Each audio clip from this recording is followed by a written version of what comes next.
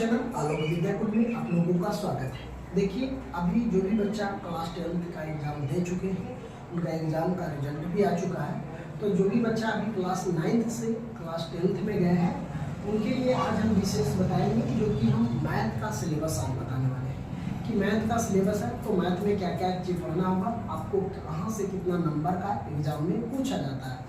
तो पूरा विशेष आज हम बताएंगे, तो वीडियो के अंत तक जरूर बने रहें। अगर वीडियो पे पहली बार है हमारे चैनल पे तो हमारे चैनल को जरूर सब्सक्राइब कीजिए और अपने दोस्तों के साथ ये वीडियो जरूर शेयर कीजिए। तो चलिए अभी तक बात के हम बताना चाहेंगे बच्चों कि जो भी बच्चा अगर एग्जाम इस बार देंगे क्लास 10th का 2026 में, उनके लिए विशेष है कि मैथ से बहुत सारे बच्चे लोग बोलते हैं कि सर कितना नंबर के एग्जाम में आएगा, कहाँ से कौन सा नंबर का क्वेश्चन पूछा जाएगा। तो हम पूरा डिटेल में आज समझाएंगे, पूरा वीडियो जरूर देखिएगा। जिनको भी जो भी मध्यमा बोर्ड के बच्चे हैं वो बार बार बोल रहे थे कि सर मेरा रिजल्ट कब आएगा, तो उनके लिए अभी हम कोई न्यूज नहीं आया है, इस वजह से हम आप लोगों को वीडियो शूट नहीं कर पा रहे हैं।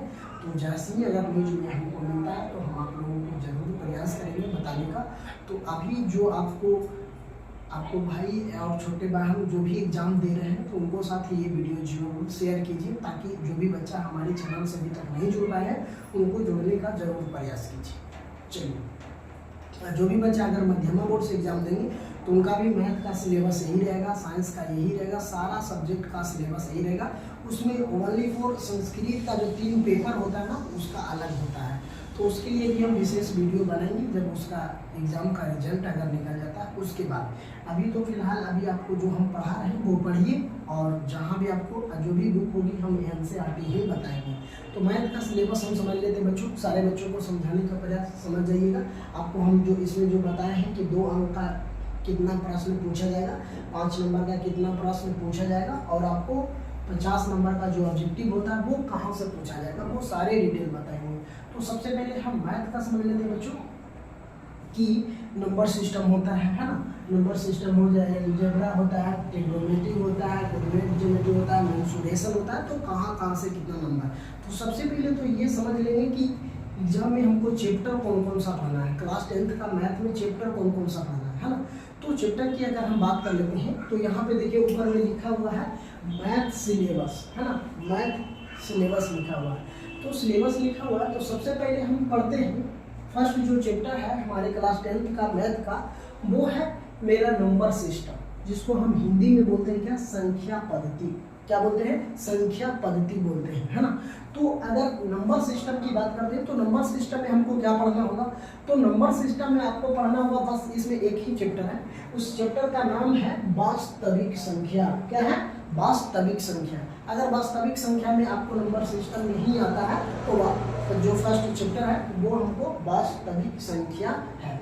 नेक्स्ट जो हमको है बीजगणित, है ना, जिसको अलजेब्रा बोलते हैं। तो अलजेब्रा की अगर हम बात कर लेते हैं तो अलजेब्रा में आपको बीजगणित पढ़ना है। तो बीजगणित में हमको कौन कौन सा चैप्टर पढ़ना है, किससे कितना सवाल आता है या फिर वो हम बताएंगे। तो इसमें देखिए आपको कौन कौन सबसे फर्स्ट आएगा बीजगणित अलजेब्रा में आपको बहुपद आएगा, सबसे प्रथम पढ़ना होगा, बहुपद पढ़ना होगा। उसके बाद 2 चर वाले रैखिक समीकरण पढ़ना होगा, है ना, इसी में आता है बहुपद और 2 चर वाले रैखिक समीकरण। द्विघात समीकरण किसमें आता है, बीजगणित में आता है, जिसको हम अलजेब्रा बोलते हैं। समानांतर श्रेणी की बात अगर हम करते हैं तो समानांतर श्रेणी जो होती है वो अलजेब्रा में ही आता है। ओके, तो ये चीज समझ के 2 चैप्टर, एक संख्या नंबर सिस्टम और एक अलजेब्रा, जिसमें नंबर सिस्टम में आपको वास्तविक संख्या पढ़ना होगा, बस एक चैप्टर है। बीजगणित जिसको अलजेब्रा बोलते हैं, अलजेब्रा में आपको 4 चैप्टर पढ़ना होगा, जो कि बहुपद होगा, 2 चर वाले रैखिक समीकरण होगा, द्विघात समीकरण होगा और समानांतर श्रेणी होगा। ये जो 4 चैप्टर है ये किसके अंतर्गत आएगा, तो ये अगर आप आने की बात करते हैं तो ये अलजेब्रा में ही आएगा, है ना, ये बात समझ गए हैं।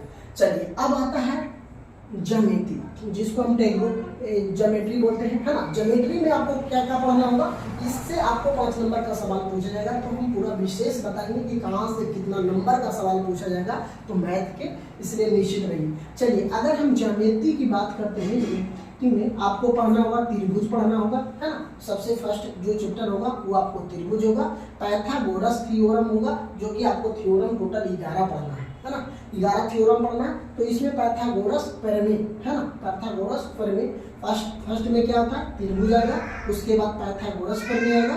तीसरा जो इस चैप्टर में आएगा वृत्त की स्पर्श रेखाएं, इससे सवाल एग्जाम में पूछा जाता है ना। तो वृत्त की स्पर्श रेखाएं, एक जो नेक्स्ट है हमको चौथा इसके में है नियमित रचना, है ना, ज्यामितीय रचना और बनावट, जिसको बनावट कहते हैं, ये किसके अंतर्गत आएगा, ज्यामिति में आएगा। जो कि इसमें भी आपको 4 चैप्टर पढ़ना होगा, त्रिभुज पढ़ना होगा, पाइथागोरस प्रमेय पढ़ना होगा, वृत्त का स्पर्श रेखा और ज्यामिति रचना, जिसको हम बनावट बोलते हैं, वो इसके अंतर्गत ही पढ़ेंगे।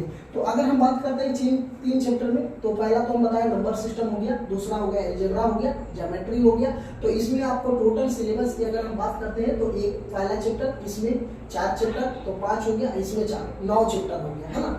तो ये सब मेन पॉइंट है जो कि आपको पहले यदि अगर एग्जाम देने जा रहे हैं इस 2026 में देंगे तो सबसे पहले चैप्टर समझ लेंगे कि हमको क्या क्या पढ़ना है ना। तो पढ़ने से पहले ये सारा चीज़ आपको समझना होगा कि हमको क्या क्या सिलेबस में है, क्या पढ़ना है, क्या नहीं पढ़ना है, वो सिलेबस हम पहले समझ लेंगे। उसके बाद अगर आप बोलेंगे तो आपको ज़्यादा समझ में आएगा। तो चलिए अब आता है नियामक ज्योमेट्री, जिसको हम कोऑर्डिनेट ज्योमेट्री बोलते हैं ना। नियामक ज्योमेट्री मतलब कोऑर्डिनेट ज्योमेट्री, इसमें एक ही चैप्टर है सिर्फ नियामक ज्योमेट्री, जो कि ये भी आपको एग्जाम में जो ऑब्जेक्टिव होती है उसमें बहुत सारा सवाल, 2 नंबर के भी सवाल इसमें से पूछा जाता है। चलिए तो ये भी आपको समझ गया ना। तो ये जो 4 चैप्टर हैं वो भी समझिए। अब क्षेत्रमिति की बात करते हैं, जिसको हम मेंसुरेशन बोलते हैं। क्या बोलते हैं, मेंसुरेशन। मेंसुरेशन में क्या क्या आपको पढ़ना होगा। मेंसुरेशन की अगर हम बात करते हैं तो जो सबसे प्रथम होता है वो वृत्त से संबंधित होता है। क्या होता है, वृत्त से संबंधित, जिसके बारे में पढ़ेंगे। सबसे प्रथम चैप्टर जो होती है जो क्षेत्रमिति मेंसुरेशन की अगर हम बात करते हैं तो मेंसुरेशन में अगर पढ़ना होगा तो सबसे पहले हम पढ़ेंगे वृत्त से संबंधित, है ना। किसे पढ़ेंगे, वृत्त से संबंधित पढ़ेंगे। दूसरा चैप्टर पढ़ेंगे हमको आयतन और पृष्ठीय क्षेत्रफल, है ना, वैल्यू। चलिए ठीक है, तो हम दूसरा चैप्टर क्या पढ़ेंगे, आयतन और पृष्ठीय क्षेत्रफल पढ़ेंगे। तो ये दोनों चैप्टर आपको मोस्ट इंपॉर्टेंट है। सारे चैप्टर भी इंपॉर्टेंट ही है, लेकिन आपको इससे 5 नंबर का सवाल आपको पूछा जाता है। तो इसमें मेंसुरेशन में क्या क्या पढ़ना है, वृत्त से संबंधित पढ़ना है, दूसरा पढ़ना है आयतन और पृष्ठीय क्षेत्रफल। ओके, तो ये इसी में आता है तीनों। ये अगर बात मान ली जाए कि अगर इसको हटा दे तो यहाँ भी हम पृष्ठीय क्षेत्रफल करेंगे तो बात बराबर ही है, लेकिन अगर ये दोनों की बात करते हैं तो ये दोनों आपको मेंसुरेशन में ही पढ़ना होगा। चलिए अब हम बात करते हैं ट्रिगोनोमेट्री, है ना, जिसको त्रिकोणमिति बोलते हैं ना। ट्रिगोनोमेट्री की बात करते हैं तो ट्रिगोनोमेट्री के अंदर हम 3 चैप्टर पढ़ेंगे, है ना। 3 चैप्टर, तो कौन कौन से चैप्टर हैं, तो सबसे प्रथम जो होती है त्रिकोणमितीय अनुपात, है ना। प्रथम क्या होता है, त्रिकोणमितीय अनुपात पढ़ेंगे। उसके बाद अगर हम पढ़ेंगे त्रिकोणमितीय के कुछ अनुप्रयोग, जिसको अनुप्रयोग करने का मतलब ये होता है बच्चों कि उसमें आपको फार्मूला से ही बनेगा, है ना। इसमें सामने तो फार्मूला लगेगा, लेकिन इसको हम बोलते हैं जो दूसरा चैप्टर होगा त्रिकोणमितीय के कुछ अनुप्रयोग बोलेंगे, है ना। तो प्रथम क्या हो जाएगा, हमको प्रथम होगा त्रिकोणमितीय अनुपात, दूसरा जो हो जाएगा चैप्टर हमको त्रिकोणमितीय के कुछ अनुप्रयोग, ये सारे चीज पढ़ेंगे। ओके, चलिए तीसरा इसमें आएगा त्रिकोणमिति ट्रिगोनोमेट्री में आपको पढ़ना होगा कौन को, एक त्रिकोणमितीय अनुपात पढ़ना होगा, दूसरा आपको पढ़ना होगा त्रिकोणमितीय अनुपात के कुछ अनुप्रयोग पढ़ना होगा, है ना। तीसरा है ऊंचाई एवं दूरी। ये जो तीनों है आपको किसमें आना होगा, त्रिकोणमिति में आएगा, है ना, ट्रिगोनोमेट्री में आएगा, ट्रिगोनोमेट्री में आएगा। तो अब हम बात कर लेते हैं त्रिकोणमिति के कुछ अनुप्रयोग हो गया, ऊंचाई एवं दूरी, ये किसमें पढ़ना होगा, ट्रिगोनोमेट्री में पढ़ना होगा, ठीक है। अब हम बात कर लेते हैं, नेक्स्ट है मेरा सांख्यिकी। तो सांख्यिकी की अगर हम बात कर लेते हैं तो सांख्यिकी में आपको क्या पढ़ना पड़ेगा, एक संचयी बारंबारता पढ़ना पड़ेगा और वृत्त अथवा त्वरण, जो त्वरण होता है ना, त्वरण भी आपको सांख्यिकी में ही पढ़ना होगा। बात कर लेते हैं दूसरा, तो इसमें एक माध्य पढ़ना होगा, माध्यिका पढ़ना होगा, माध्यक एवं बहुलक। ये जो सांख्यिकी का जो चैप्टर है, 4 चैप्टर, संचयी बारंबारता, माध्य हो गया, माध्यिका हो गया, बहुलक हो गया, ये किस में पढ़ना होगा, ये सांख्यिकी में पढ़ना होगा। लास्ट चैप्टर होगा जो हमको प्रायिकता होगा, जिसको हम प्रोबेबिलिटी बोलते हैं, है ना। जिसको क्या बोलते हैं, प्रोबेबिलिटी, इसको प्रायिकता बोलते हैं। प्रायिकता की बात करते हैं तो प्रायिकता में आपको एक ही चैप्टर है, तो इसमें आपको सारा चीज, इसमें से भी आपको एग्जाम में क्वेश्चन पूछा जाता है। चलिए, तो ये जो सारे सवाल आप लोग समझ गए होंगे कि सबसे प्रथम होता है संख्या पद्धति मतलब नंबर सिस्टम, दूसरा होता है इसमें आता है बीजगणित, अलजेब्रा होता है। नेक्स्ट जो होता है वो ज्योमेट्री होती है ना। उसके बाद होता है कोऑर्डिनेट ज्योमेट्री होती है, मेंसुरेशन होता है, मेंसुरेशन की बात करते हैं, ट्रिगोनोमेट्री होता है, स्टैटिक होता है और प्रोबेबिलिटी होता है। जो अगर हम चैप्टर की बात करें तो 1 2 3 4 5 6 7 8 चैप्टर में आपका सारा सिस्टम जितना भी चैप्टर है एक एक चैप्टर करके हम आपको समझा दिए। तो एग्जाम से जब भी आप तैयारी करते हैं बोर्ड एग्जाम की, तो आप सिलेबस की अगर बात करते हैं तो इतना जो सारा सिलेबस है यही सारे सिलेबस आपको एग्जाम में पूछा जाएगा, इससे ज़्यादा नहीं पूछा जाएगा। अब हम बात कर रहे थे बच्चों की नेक्स्ट है ये कि आपको कितना नंबर से कौन सा सवाल पूछा जाएगा, है ना, कितना नंबर का। तो देखिए आपको एग्जाम में 2 टाइप से सवाल आता है। अगर गणित की हम बात करें या तो कोई भी सब्जेक्ट की अगर हम बात करते हैं तो सबसे पहले होता है ऑब्जेक्टिव आता है ना। ऑब्जेक्टिव एक सब्जेक्टिव होती है। तो ऑब्जेक्टिव और सब्जेक्टिव में अंतर क्या, सबसे पहले जो ऑब्जेक्टिव का सवाल आपको एग्जाम में पूछा जाएगा 100 नंबर क्वेश्चन दिया जाएगा, 100 क्वेश्चन दिया जाएगा जिसमें से आपको 50 को बनाना होगा। क्या बनाना होगा, 100 प्रश्न दिया जाएगा जिसमें से आपको 50 को, ये नहीं 50 को में से कहीं से भी क्वेश्चन कोई भी 50 को आपको हर हाल में बनाना होगा। ओके, जो कि इसका क्वेश्चनों की संख्या 1 नंबर की रहेगा। अब 50 नंबर की सब्जेक्टिव पूछेगा, तो 50 नंबर की सब्जेक्टिव की अगर हम बात करते हैं तो 50 नंबर में सबसे पहला नंबर आपको 2 अंकीय प्रश्न रहेंगे। 2 अंकीय प्रश्न जो आपको रहेगा 30 को रहेगा, है ना। 30 में से आपको बनाना है कितना, 15 को बनाना होगा। तब जाकर 2-2 नंबर के एक क्वेश्चन आएगा, 2 नंबर के 30 सवाल आएगा जिसमें से 15 को बनाना है। तो 15 गुना का 30, अगर हम बात कर लेते हैं 15 गुना 30, आप 50 को ऑब्जेक्टिव हो गया। तो यहाँ 30 प्लस 80 नंबर हो गया, ठीक है। अब हम सब्जेक्टिव की बात कर लेते हैं तो 5 अंकीय प्रश्न 8 को रहेगा जिसमें से आपको 4 को बनाना होगा। कितना बनाना होगा, 4 को बनाना होगा। तो ये जो रहेगा 4 क्वेश्चन बनाना होगा, 5 नंबर के रहेगा 20 नंबर। तब जाके आपको टोटल कितना हो जाएगा, 100 नंबर का एग्जाम कंप्लीट हो जाता है। चलिए अब बात कर लेते हैं इसमें 100 नंबर में आपको फार्मूला बेसिस पे भी 10 को ऑब्जेक्टिव रहेगा। फार्मूला पे भी डायरेक्टली फार्मूला से भी आप कॉन्टेक्ट करके बना सकते हैं, या तो फार्मूला भी दे दिया जाएगा। तो टोटल अगर बात कर लेते हैं तो फार्मूला से आपको 10 सवाल रहेगा जो कि ऑब्जेक्टिव में रहेगा, ठीक है, जो 50 नंबर का ऑब्जेक्टिव होता है उसमें। अब हम बात कर लेते हैं जो 5 अंक की प्रश्न, इसमें देखिए 2 नंबर वाला सवाल की अगर हम बात करते हैं तो उसमें तो कोई फिक्स नहीं कर सकते कि किससे सवाल पूछ लिया जाएगा।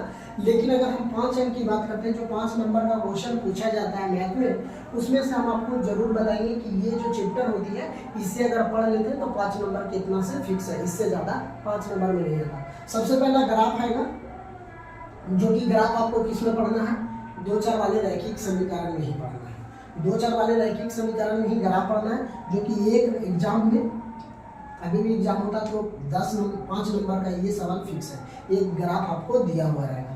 रचना की बात करते हैं तो रचना जो हम आपको बताए हैं, रचना बनावट, इसमें एक सवाल आपको दिया जाएगा। हो सकता है दे भी सकता है नहीं भी, लेकिन उम्मीद है कि दिया जाता है। तो 5 नंबर से इसमें इससे भी क्वेश्चन, एक थ्योरम दिया हुआ रहता है तो थ्योरम भी पूछेगा, जब भी पूछेगा तो 5 नंबर का ही पूछेगा। बात कर लेते हैं नेक्स्ट ऊंचाई और दूरी, जिसको हम हाइट एंड डिस्टेंस बोलते हैं ना। तो इससे आपको 5 नंबर का सवाल, एक वृत्त से भी आ सकता है सवाल, एक भिन्न से भी आ सकता है, एक आयतन और या तो पृष्ठीय क्षेत्रफल से भी पूछा जाएगा। तो ये जो सारे चीज हम आपको बताए हैं यहाँ से यहाँ तक का, ये 5 नंबर में पूछा जाएगा। बाकी जो भी सवाल है आपको इससे 2 नंबर में भी पूछा जाएगा, ऑब्जेक्टिव में भी पूछा जाएगा। ऑब्जेक्टिव में भी कहीं मैथ को क्या सॉल्यूशन करना पड़ेगा। तो ये जो सारे सिलेबस हम बताए हैं आपको मैथ में, तो ये सारी चीज़ आप लोग समझ गए होंगे। तो उम्मीद करते हैं कि ये सारा जो भी हम आपको सिलेबस समझाने का प्रयास किए हैं पूरा अच्छी तरह से समझ गए होंगे। चलिए, और बच्चों जो भी अभी हमारे YouTube चैनल पे नए बच्चे हैं तो उनको जरूर वीडियो को शेयर कीजिएगा, और चैनल पे नए होंगे तो चैनल को जरूर सब्सक्राइब कीजिएगा और अपने दोस्तों को जरूर शेयर कीजिएगा। आप लोग कमेंट करके जरूर हमें बताइए कि कौन सा चैप्टर चालू करें। ओके, जब भी कोई जो भी बच्चा अगर जिसका भी संख्या ज़्यादा होगा, एक हम कम्युनिटी में लगा देंगे, डाल देंगे कि आपको किस चैप्टर को पहले पढ़ना है, या तो संख्या पद्धति नंबर सिस्टम पढ़ना है, या तो अलजेब्रा पढ़ना है, या तो ज्योमेट्री पढ़ना होगा, या तो नियामक ज्योमेट्री, कोऑर्डिनेट ज्योमेट्री, मेंसुरेशन, या तो आपको ट्रिगोनोमेट्री, या तो स्टैटिक जिसको हम बोलते हैं सांख्यिकी, या तो प्रोबेबिलिटी जिसको हम प्रायिकता बोलते हैं। अगर जो भी चैप्टर पढ़ना होगा जिसका संख्या कमेंट में ज़्यादा हो, है ना, जिस चैप्टर का संख्या कमेंट में ज़्यादा होगा वही चैप्टर हम स्टार्ट करेंगे। तो आप लोग को उम्मीद करते हैं ये वीडियो काफ़ी लोगों को पसंद आया होगा। अगर वीडियो पसंद आए तो चैनल पे नए होंगे तो चैनल को जरूर सब्सक्राइब कीजिएगा और अपने दोस्तों में ये वीडियो जरूर शेयर कीजिएगा। तो थैंक यू दोस्तों, फिर मिलते हैं आप लोगों के बीच नेक्स्ट कक्षा में। हम आपको ये 10 अप्रैल से स्टार्ट करेंगे क्लास, है ना। 10 अप्रैल से करते हैं अभी सिलेबस। तब तक आप सभी लोग क्या करेंगे कमेंट में हमको जरूर बताएंगे, ताकि आपको हम चैप्टर वाइज एनसीईआरटी का ही पढ़ाएंगे।